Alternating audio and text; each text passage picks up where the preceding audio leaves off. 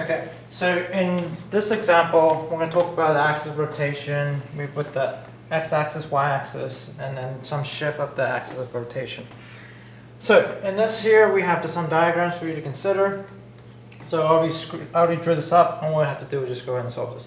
So A is revolving this function with respect to x-axis. Okay, so in that case, we're revolving there. That means my cross sections are going to be vertical.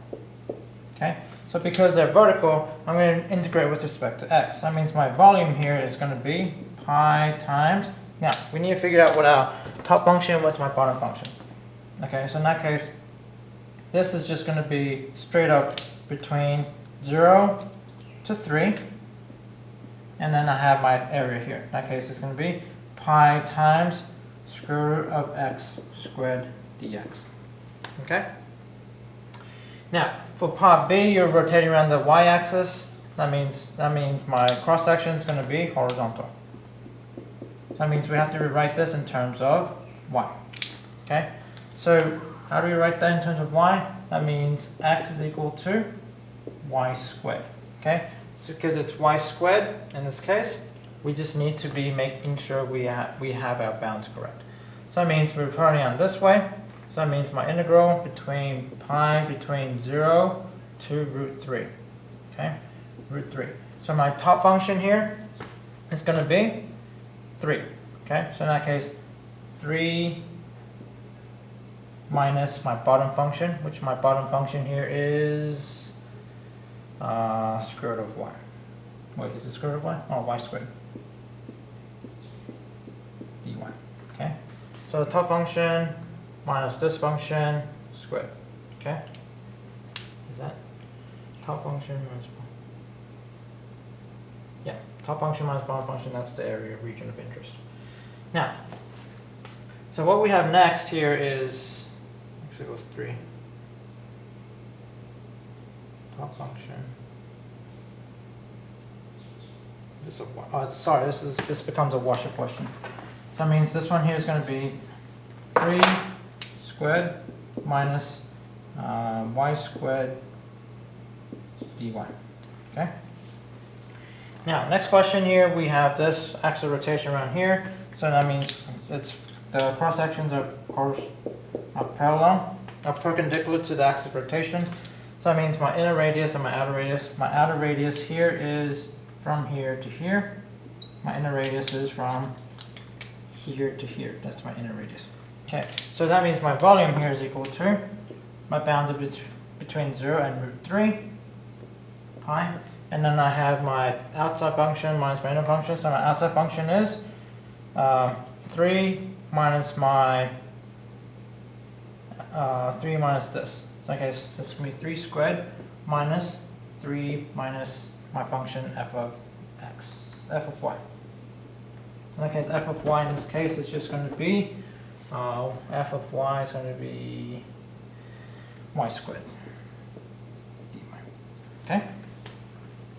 Now for this one, the axis of rotation is over here, so that means my cross section is going to be vertical. Okay, and then I have my outer radius, which is from here to the bottom to my x-axis. That's my outer radius. My inner radius is from my axis of rotation all the way to my function. So that means in this case, we're integrating with respect to x. It's going to be pi between 0 to 3. And then what I have here is my outer radius, which is going to be 6 minus 0, so that's going to be 6 squared, minus my inner radius is going to be, what do you call that? So this one minus this gives me 6 minus square root of x squared dx. Okay? Now, next question is for this one. Okay, so my functions are y equals 2x squared, and then y equals 0, and x equals 2. So A is we're rotating around the x-axis, the y-axis, and then the x-axis, and then y equals negative 2, and y equals negative 8. Okay, so for this question, axis of rotation is on the y-axis. That means I'm going to have to rewrite this in terms of y, because I'm integrating with respect to y. So that just means y divided by 2, the square root of that plus minus is equal to x. But because we're looking at the positive component, we just take the positive value. Okay? So that means my outside function is from here to here, outside. My inner function is from here to my function, inner function. So in this case, it's going to be a washer. Okay. So in this case, the volume here is between 0 to 8 because we're integrating with respect to y. And my outer function here is the total distance, which is equal to 2 squared minus my inner function, in case from 0 to my function f of y. In that case, not 2 to f of y. So in that case, that distance here. So 2 minus top function. Yeah, 2 minus my f of y. Sorry, my bad. What the heck? Outside minus my inside. So this one here is going to be f of y. So I guess f of y in this case would be square root of y over 2 squared dy. Okay? So this is a washer question. Okay? Now, for this one here, for b, I'm rotating with respect to my x-axis, so it's going to be vertical because it's perpendicular. The cross-section is perpendicular to the x-axis, to the axis of rotation. So that means my outer function is going to be from here to here, outer function. My inner function is going to be from here to here. That's the inner function. So in this case, what I have here is my integral from 0 to 2. And my outside function, my inside function, my f of x is on the outside. So f of x, which is 2x squared, and then dx. That's it. Okay. Now, for the next one here, I have axis of rotation is at x equals -2. So that means, again, axis of rotation is at the bottom, and it's rotating, it's horizontal. That means it's perpendicular, the cross sections are. So my outside function is from my function to axis of rotation. That's my outside function. My inside function is always going to be the same, from here to here. That's my inside function. So that means my volume here is equal to pi integral from 0 to 2.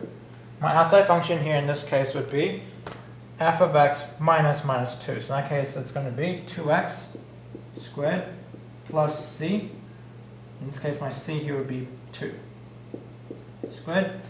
And then minus my inner function, which is just going to be the distance here. So in that case, 0 minus 2. So that's going to be 2 squared dx. Okay? Now, last but not least, we have this axis of rotation at x equals -8. So it's on the left side. So that means my cross sections are going to be horizontal.